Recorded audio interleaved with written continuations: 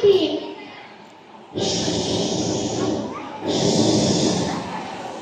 And then the mouse started to play.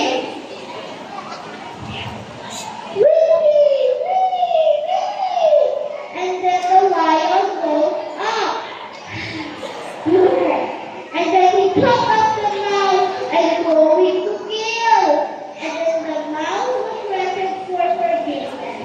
Wee, I'm so scared. Please don't kill me.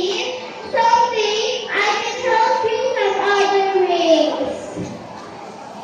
And then the lion said, go, tiny mouse, go, go. Thank you, lion. After some days, the lion was caught by a net. Somebody help me! Help! And then the mouse heard the lion's voice.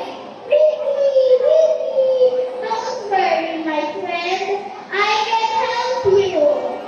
And then the mouse bit the net. And then the lion was free. Thank you, tiny mouse. I'll never ever trouble you again.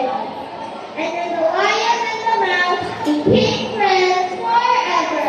The moral lesson of the story: be good, have good. We should always follow in our daily life. Thank you.